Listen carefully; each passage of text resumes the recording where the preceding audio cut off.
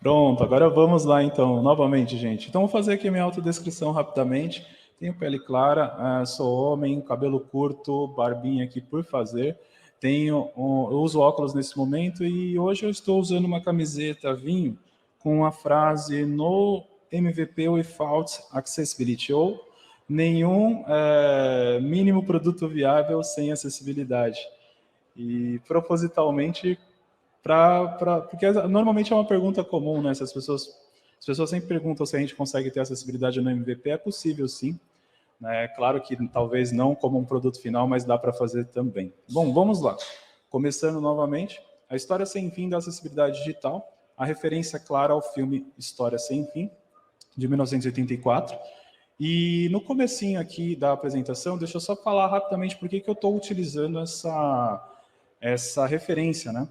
O filme ele me marcou a minha infância, eu gostei, assisti milhares de vezes e sempre eu brincava que aplicar acessibilidade em produtos quando a gente conversa com as pessoas, né, eu sempre brinco que aplicar acessibilidade em produtos é praticamente uma história sem fim, porque a gente vai sempre estar atualizando alguma coisa e ainda mais porque a gente está no começo ainda de tudo, né?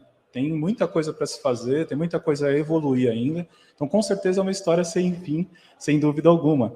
E aí, quando abriu a palestra, o Call for Papers aqui para o evento, eu imaginei uma palestra justamente trazendo essa temática. Já era um desejo meu antigo. A história do filme, para quem nunca viu, conta a história de um garoto chamado Bastian, em que ele tem problemas comuns, como todas as pessoas têm na vida. São problemas assim na escola, a mãe dele tinha acabado de falecer, ele tinha alguns conflitos com o pai. Então, é um adolescente, como no caso da maioria, e acontece que, para fugir de alguns dos colegas que ele estava fugindo do bullying dos colegas, ele acabou se enfiando numa livraria, e aí ele descobriu a existência de um livro específico, cujo nome do filme, né, A História Sem Fim, e esse livro levava ele para uma terra mágica que era chamada fantasia. E o que é interessante do filme é que, enquanto ele lê o livro, ele vai acontecendo algumas ações, tanto dentro do livro, na cabeça dele, e também no mundo real. E essas ações que acontecem no mundo de fantasia também afetam o mundo real. Então, acho que, de certa forma, é por isso que eu acabei associando a apresentação, porque quando a gente está lidando com algum problema na vida real, a gente também tenta fugir deles de alguma forma. Às vezes a gente enfrenta, né? Mas às vezes não dá certo e aí você acaba fugindo. Então eu quis fazer essa brincadeira, essa associação.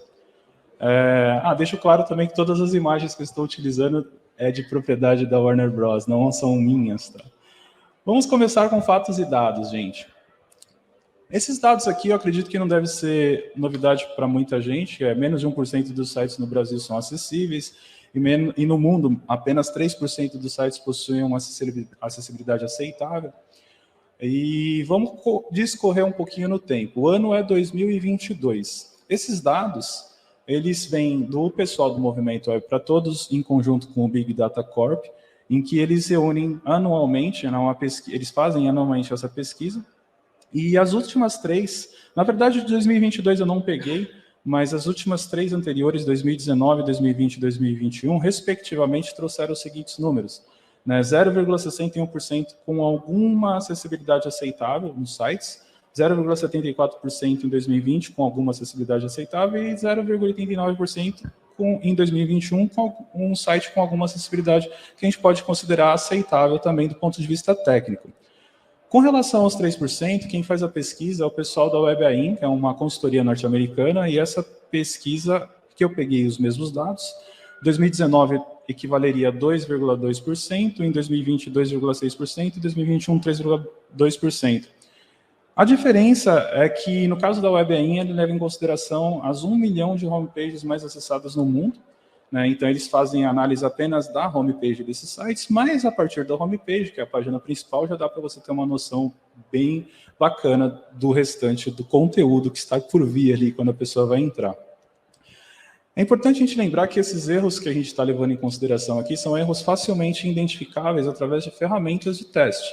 Então, quando você executa uma ferramenta de teste automatizada ali para você identificar erros técnicos, você vai encontrar erros de semântica de código, alguma coisa estrutural na interface, né, na codificação.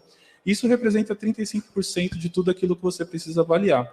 Os 65% restantes, eles vêm justamente de fatores que você não consegue avaliar automaticamente. Então, você precisa necessariamente de um apoio de uma pessoa especialista ou um fator humano de fato, né? Então, por isso que os testes sempre precisam ser realizados de forma automatizada e também humanizada, né? E esses 65% são justamente a parte responsável, basicamente, por garantir a melhor experiência das pessoas, porque a gente está lidando com usabilidade, com arquitetura de informação, comportamento, o próprio conteúdo. Conteúdo é fundamental e a gente já vai falar disso também aqui nessa apresentação. E aí a gente volta um pouco no tempo também, e essa apresentação vai ter um pouquinho disso, né? A gente vai e volta, vai e volta. Em 30 de setembro de 96, Jacob Nielsen, para quem nunca ouviu falar em Jacob Nielsen, gente, é praticamente uma das maiores referências em usabilidade, em UX.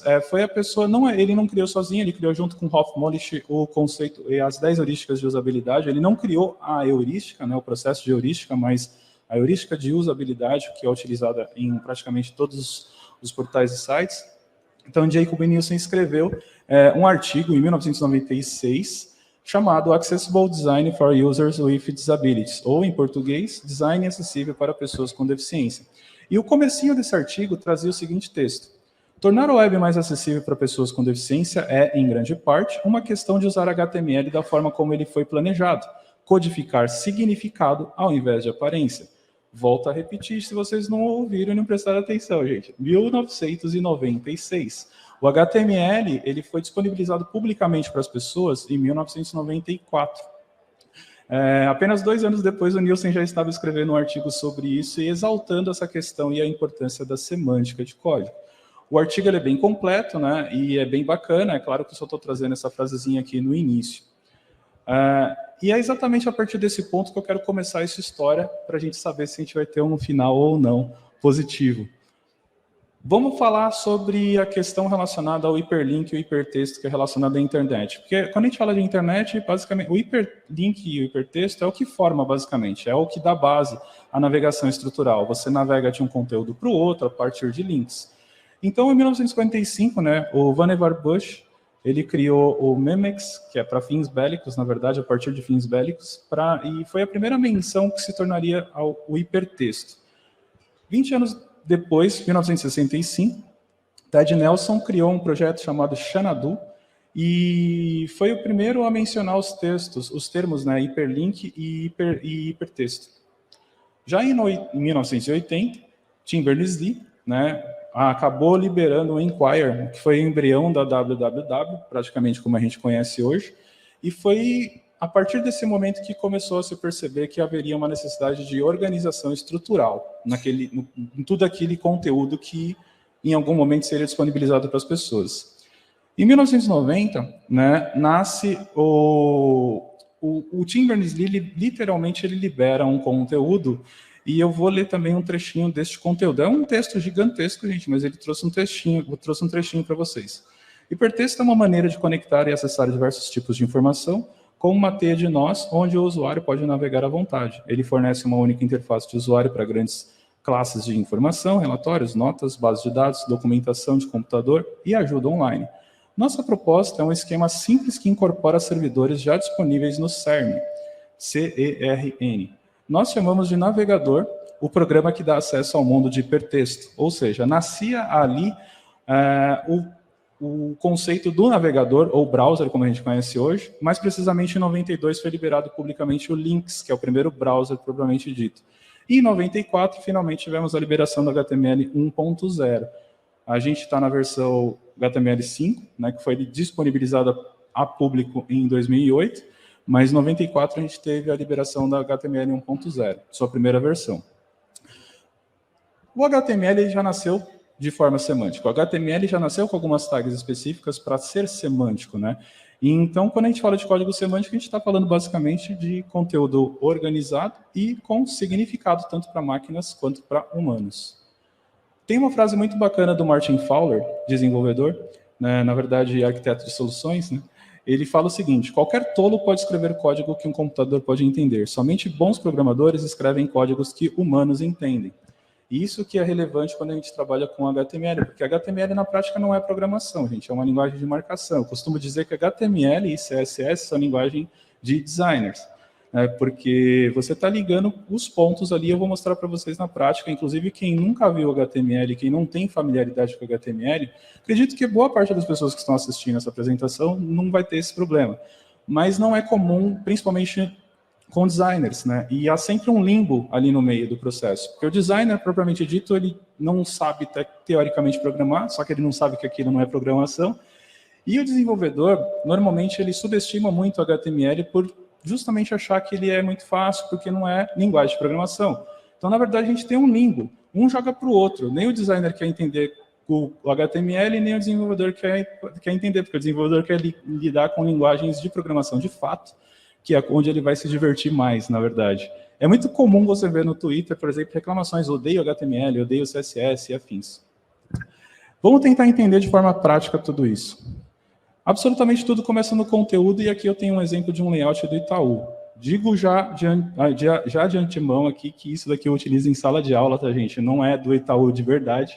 Eu já trabalhei no Itaú, obviamente, mas essa tela não existe, né, propriamente dito. Então, é uma promoção aqui sobre cartões e afins. Tem uma montanha-russa ali ao fundo também, mas, obviamente, quem tentar entrar não vai encontrar nada. E esse conteúdo é um conteúdo simples. Eu tenho uma imagem na parte superior, eu tenho alguns itens na parte no meio ali da tela, e aí embaixo eu tenho uma captação de lead que seria um e-mail, propriamente dito, e um botão enviar. Se a gente pegar o conteúdo dessa tela, é o que vocês estão vendo agora, é o texto. Itaú, promoção Momento Premiado, os cartões Itaú Mastercard podem te levar em Miami e Orlando, confira nossos apps, App Itaú, App Abre Conta, App Itaú Lite, App Itaú Card, receba novidades, basicamente a estrutura do texto. Vamos desconstruir de uma outra forma esse conteúdo. Teoricamente, gente, todo site deveria começar pelo conteúdo, né? A gente não deveria criar layouts com lorem Y ou texto fake, justamente por quê? Porque depois, quando você vai tentar encaixar, dá um monte de problema, e aí a gente começa os problemas estruturais já ali. Vamos imaginar, hipoteticamente, que a gente está desenvolvendo um site do jeito certo. Então, teoricamente, viria de uma área de negócios, um conteúdo específico, e esse conteúdo que está na tela para vocês é como se fosse um texto corrido num arquivo TXT, onde eu tenho Itaú, uma escolha que vale por todas, abra sua conta corrente pelo app e escolha ter tudo em um só banco. Solução ideal para o seu momento de vida, para ajudar você a conquistar tudo aquilo que deseja. E aí eu tenho algumas opções que se tornarão listas, né? Conta corrente, cartões de crédito, boletos, renegociação, digital, investimentos, seguros, carteira digital, abra sua conta, soluções personalizadas e adaptadas para os seus objetivos, e um campo para e-mail, que ainda não é o campo. Isso é tudo um texto, TXT. Teoricamente, a partir desse texto, a gente cria uma arquitetura de informação. Então, a gente criou a arquitetura de informação, e aí você já começa a identificar alguns pontos principais. Então, você tem um título de nível 1, que é o cabeçalho, um título de nível 2, um outro título de nível 2, que é a solução ideal para o seu momento de vida, e mais um título de nível 2 nessa página. Então, a gente está fazendo o quê? Preparando a arquitetura de informação desse conteúdo. A partir daí, eu crio uma lista não ordenada, que seria o conta corrente, cartões de crédito, boletos e renegociação. Eu tenho um exemplo de lista ordenada aqui, eu só coloquei propositalmente para a gente ter os dois exemplos de lista, basicamente. E aí eu vou ter um espacinho para o formulário, que é o meu campo de e-mail, o rodapé, que vai se tornar o nosso footer, e aí eu tenho alguns parágrafos no meio da tela. Pronto, gente. Fiz a arquitetura de informação do meu conteúdo, tão simples quanto isso. E se a gente transformar esse conteúdo aqui em HTML? Então, vamos transformar em HTML. Para quem nunca viu HTML, vai perceber o quão fácil é HTML. A gente abre as tags. O HTML é formado por tags de abertura e fechamento, basicamente. Então, a gente tem a tag body, que seria literalmente o corpo principal do seu conteúdo. Eu tenho partes do código mais avançadas do que isso, tá, gente? Mas a parte principal é isso. HTML é basicamente o que vocês vão ver agora. Eu tenho o header, abertura e fechamento do header. Eu tenho o H1, que é o meu título de nível 1. Aí, a partir daí, eu vou ter o meu H2, título de nível 2, outro H2, mais um H2, título de nível 2. Aí eu coloco a minha UL. Uma tag do HTML UL seria o ordered list, ou uma lista não ordenada. E cada item dentro deste UL é um LI, list item. Então, basicamente, é assim que eu vou construindo HTML. Aí eu tenho uma lista ordenada, OL, ordered list. Dentro dessa OL eu tenho vários itens LI também. A partir daí, a gente cria o formulário com 2 campos de input, que é o input de preenchimento de e-mail e mais o inputs que vai virar um submit, que vai ser o nosso botão, o footer, que é o nosso rodapé, e os nossos parágrafos, abre P e fecha P, abre P e fecha P, abre P e fecha P. Gente, para quem nunca viu um HTML na vida, pronto, temos um HTML. É tão simples quanto isso. Você tem um texto, você montou a estrutura, a arquitetura de informação, a partir da arquitetura de informação eu montei o meu HTML, basicamente. Tem uma colinha aí para quem quiser dar o print aí na tela, com H1, o H2, o L, o L, LI, que eu acabei de falar. Vamos agora mudar a chave e vamos sair do site e vamos para o mercado editorial. Tá? No mercado editorial, você cria uma revista, uma capa de uma revista a partir de conteúdo. O texto da revista é a partir de conteúdo e depois vem o layout. Então, vamos fazer um comparativo com isso. Imaginem que eu tenho uma revista cujo nome da revista é Sua. Esse é o título da revista. O slogan da revista é a Revista da Mulher Moderna. A chamada principal da revista vai ser Top Model Revela Seu Amor. E aí eu tenho 4 chamadas adicionais nessa revista. O quente da estação, monte um spa em sua casa, teste você se aumenta, dietas especiais para o verão. E aí a gente tem as chamadas de destaque, são 2. Sexo online é traição e dicas para sua festa de ano novo. Pronto, temos o conteúdo editorial da nossa revista. Claro que uma revista não é feita assim, tá, gente? É um exemplo ilustrativo porque eu tenho poucos minutos para apresentar. Essa seria a capa da nossa revista, uma revista chamativa, com cara de revista de fofoca, tipo uma revista Contigo, com cores vermelhas, o logo Sua bem destacado, a foto da boneca ali em tom vermelho, com um olhar penetrante, prestando atenção em você, e com as chamadas bem literalmente chamativas, né, daquilo que eu acabei de falar. Se a gente pega o texto, que eu acabei de citar, temos o texto Sua, a Revista da Mulher Moderna, e essa capa totalmente chamativa, com cores berrantes, vermelho, amarelo, e custa R$1, bem destacado também. Vamos supor que agora eu estou direcionando esse conteúdo para um conteúdo mais focado para um público, vamos dizer, elitizado, e aí, ao invés de ser o estilo Contigo, vai ser um estilo Marie Claire, uma revista mais focada ali em moda, mas não tem uma aparência de fofoca. Os conteúdos podem ser os mesmos, tá, gente? O que muda é a cara. O design trabalha muito com isso. O design, ele é estratégico e ele é baseado ali no público-alvo que você vai estar atuando. Um site, ele acaba fazendo isso também. Então, a gente tem a mesma revista com o mesmo conteúdo, porém com uma aparência diferente, onde a foto da menina já não é mais destacada como antes, eu tenho ela de perfil, em tons mais claros, nada colorido, o Sua bem suave, que é o logo da revista, e as chamadas também sem muito destaque. Você define o seu público-alvo a partir do seu layout. E o valor da revista quintuplicou, agora está R$5. Vocês não estão enxergando porque está bem pequenininho ali, então normalmente esse tipo de revista custa bem mais caro que o valor padrão. O conteúdo é o mesmo.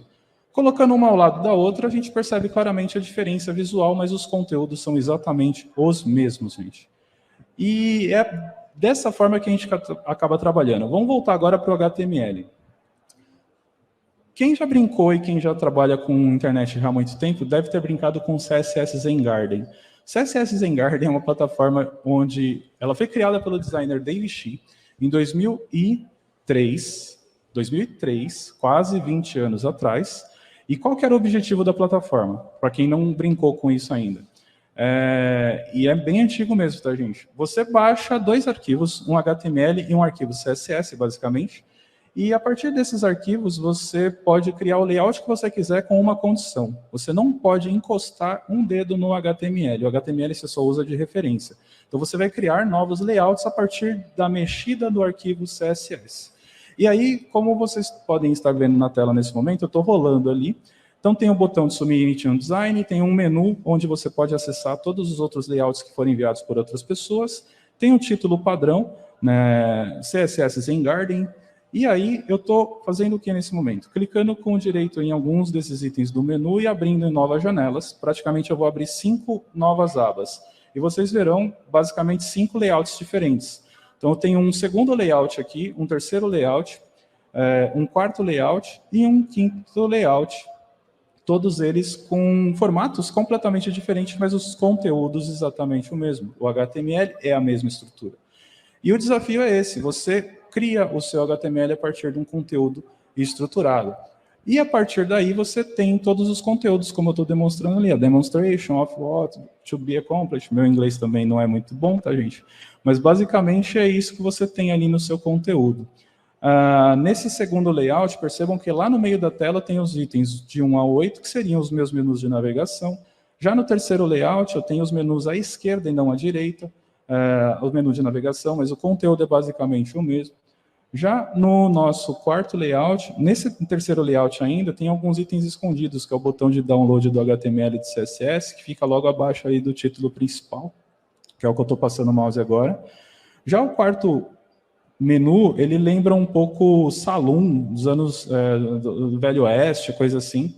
Então, ele tem um layout completamente diferente e com o mesmo conteúdo. Só foi mexido o CSS e as imagens, obviamente. E o nosso último layout tem até uma animaçãozinha, um robozinho, e tem uma animaçãozinha ali no fundo, com todo o conteúdo sendo o mesmo, tá? E qual que é a brincadeira aqui, para provar para vocês que o conteúdo é o mesmo, basicamente? Eu vou usar um plugin que é o Web Developer, no Chrome, né? E aí eu vou desabilitar todos os CSS de todos esses sites que eu estou mostrando. Então, quando eu desabilito o CSS desses sites, basicamente, eu tenho um conteúdo bem igual e similar à nossa estrutura que a gente acabou de montar anteriormente, que é a nossa estrutura de arquitetura de informação com o nosso HTML. Claro que com o conteúdo do CSS sem Garden. E aí, quando você navega por essa estrutura, você vê uma lista não ordenada, que é exatamente a lista que a gente acabou de criar, que é o L e LI. Temos os títulos de nível 3, os títulos de nível 2, os parágrafos e todas as estruturas que você tem no HTML padrão, conforme a gente vai navegando nesse conteúdo. E eu estou mudando de abas nesse momento para vocês verem que não está mudando nada no layout. Por quê? Porque o HTML é exatamente o mesmo. Tá? A brincadeira é essa, a graça é essa, gente. Quando você tem um HTML bem estruturado, com um conteúdo semântico adequado, inteligível por humanos e máquinas, como o Martin Fowler falou, igual eu estou mostrando agora, o H1, que é o nosso título de nível 1, o H2, que é o nosso título de nível 2, o P, que é o nosso parágrafo, e assim por diante, você consegue manter a estruturação do seu conteúdo. Então, a gente não tem muita desculpa para você não ter design systems corretos, né, e assertivos, para você ter uma estrutura correta, para você só mudar o tema, literalmente, daquele produto, e assim você vai evoluindo o seu material. Só que menos de 1% dos sites possuem um HTML adequado. E aí eu resgato, agora para o ano de 2020, o Nicholas Steinhout, no Twitter, que é um especialista de acessibilidade, ele mandou a seguinte frase, o seguinte tweet. Não temos um problema de acessibilidade, temos um problema de falta de conhecimento básico de HTML. A grande maioria dos problemas de acessibilidade encontrados durante as auditorias se originam de marcação HTML ruim. Ou seja, gente, a gente tem sim, obviamente, um problema de acessibilidade. Mas a questão aqui que ele fala é que se a gente aplica um HTML adequado e correto, semanticamente assertivo, correto, você vai ter um direcionamento muito mais fácil do seu HTML. E aí aqueles 35%, né, representa a estrutura técnica, né, basicamente, porque os outros 65% são afetados por outras questões, que agora já é a parte final aqui da apresentação, e alguns exemplos práticos. A Bia Cruz, por exemplo, ela catalogou, ela é cinéfila, e ela está no Instagram, e o Instagram dela é Bia Cruz Cinema, e o que ela fez? Ela catalogou 550 filmes brasileiros em 3 plataformas de streaming diferentes, e foi muito legal esses dados, por quê? Porque ela pegou os filmes brasileiros e quais tinham legenda. Então, na Netflix, 94,7% dos filmes brasileiros têm legendas descritivas. No Prime Video, 85% dos filmes brasileiros não têm legendas. E o pior é a Globoplay. 98,5% dos filmes brasileiros não têm legendas. Então, ou seja, tem muito a crescer ainda nas plataformas, e isso daqui é um exemplo de que não é o HTML que está sendo tratado. A acessibilidade, ela é tratada de forma técnica, mas também tratada de outras questões, e nesse caso, a parte da legenda seria fundamental. Não que as plataformas de streaming aqui, o Netflix, Prime e Globo, não tenham problemas de HTML também, que tem sim, também alguns, mas uma coisa é corrigida de uma forma, a outra coisa é corrigida de outra forma.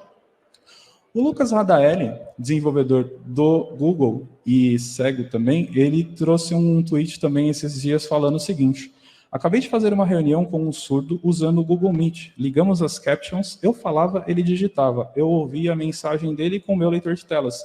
Que momento fantástico da história de estar ao vivo. A tecnologia é incrível. Por quê? Porque as tecnologias hoje nos permitem ter acesso a algumas coisas que a gente não tinha antes. Então, isso é acessibilidade. Tem a parte técnica, tem a parte conceitual, tem a parte estrutural, tem a parte de conteúdo, tem a semântica. A questão é que tem muita coisa envolvida. E aí eu trouxe uma frase da Leone Watson, uma das maiores especialistas de acessibilidade do mundo. Na verdade, ela escreveu um artigo gigantesco, mas eu peguei um trechinho do artigo dela. As pessoas geralmente se sentem limitadas quando você menciona acessibilidade. Surgem visões de sites somente com textos, designs monocromáticos e conteúdos estáticos rodam em suas mentes. Seus dentes rangem e as desculpas começam a ser preparadas, as batalhas começam. A realidade é que a acessibilidade é simplesmente uma parte fundamental do UX. Uma experiência digital verdadeiramente notável que envolve uma fusão entre acessibilidade, usabilidade, criatividade e tecnologia. O truque é que, para se construir essas coisas com sucesso, há que se ter um conjunto de habilidades e conhecimentos. A boa notícia é que a acessibilidade é como olhar a usabilidade com uma lupa. Se você está pensando em uma boa usabilidade, é provável que esteja pensando também em uma boa acessibilidade. Para fechar, parte de planejamento e estratégia, gente. Acessibilidade não é uma feature, acessibilidade é uma melhoria. Eu não posso tratar, enquanto ela for tratada como uma feature, enquanto ela for tratada como uma melhoria, a gente não vai conseguir evoluir os produtos e serviços e a gente vai continuar tendo os problemas que a gente estava passando. Se a gente deixa para ver a acessibilidade na sprint 5, na sprint 10, na sprint 15, que seja, fatalmente eu vou ter um problema de estrutura. O correto seria a gente olhar a acessibilidade na sprint 1, né, no começo, ou melhor ainda, na sprint 0. Né? Então a gente começa... Tem um conceito chamado Shift Left, pesquisem por Shift Left Accessibility, vocês vão achar muita informação sobre. Basicamente, a gente tem que estruturar todos os nossos conteúdos do início, literalmente falando. E isso ainda não é feito.